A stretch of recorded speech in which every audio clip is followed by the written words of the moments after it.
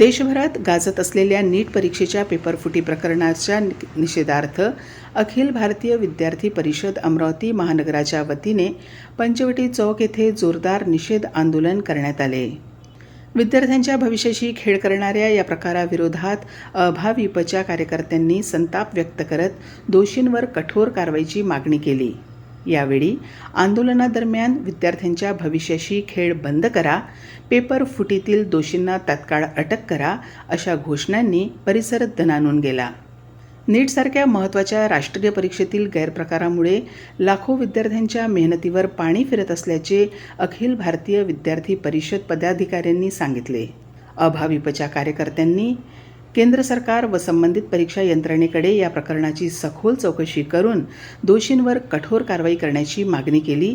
तसेच भविष्यात अशा घटना टाळण्यासाठी परीक्षा प्रक्रियेत पारदर्शकता आणि सुरक्षा अधिक मजबूत करण्याची आवश्यकता असल्याचेही आंदोलनकर्त्यांनी नमूद केले।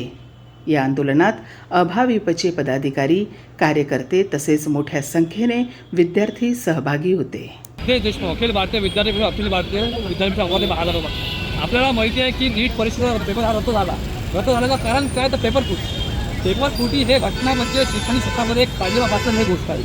शिक्षक पेपर फूट नीटसारख्या एक्झामचा हा पेपर फुटतो आहे। एक नीट हे परीक्षा भारतातील सर्वात महत्त्वाची परीक्षा मानली परीक्षा आहे। या परीक्षेला जर पेपर फुटू शकतो तर एक शैक्षणिक क्षेत्रावरती एक प्रश्नचिन्ह निर्माण गोष्ट आहे। विद्यार्थी 2-3 वर्षात नीट परीक्षेचा अभ्यास करतात, ज्या पेपर देतात त्यांना माहिती पडतं की पेपर फुटीमुळे हा पेपर रद्द झालेला आहे। विद्यार्थ्यांचा अभ्यास होतात आहे, जेव्हा NET हे सूचना येतात की हा पेपर डबल घेतात येईल, पण हा पेपर तुम्ही परत घ्याल, पण विद्यार्थ्यांनी मानसिक तणाव होता काय?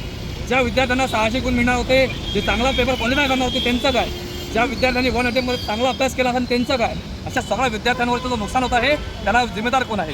हा पेपर फुटी फक्त पहिल्यांदा झाली तर गेल्या 2 ते 3 वर्षापासून पेपर फुटी सुरू आहे। या पेपर फुटीवरती सरकारने एक ठोस कायदा काढला पाहिजे। जे या पेपर फुटीच्या मागचे रॅकेट आहे, जे बाकी आहेत त्यांच्यावरती कठोर कारवाई केली पाहिजे।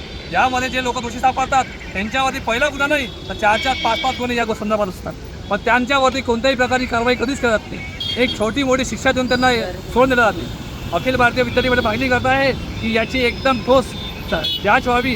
CBI अंतर्गत आणि जे दोषी मिळेल त्यांच्यावरची अशी कारवाई करण्यात यावी की ज्यांनी पेपर फुटीचा हा प्रकरण डबल कधी होणार नाही। बस एवढीच मागणी करतो। चव्हाण अखिल भारतीय विद्यार्थी परिषद सभापती। नुकत्याच झालेल्या NET 2024 पेपर फुटी प्रकरणी आज अखिल भारतीय विद्यार्थी परिषद अमरावती महानगरतर्फे जाहीर निषेध व्यक्त करण्यात आला। देशभरातील विद्यार्थ्यांचं भविष्याशी खेळणाऱ्या या शिक्षक माफियांचं पर्दाफाश होणे अत्यंत गरजेचे आहे।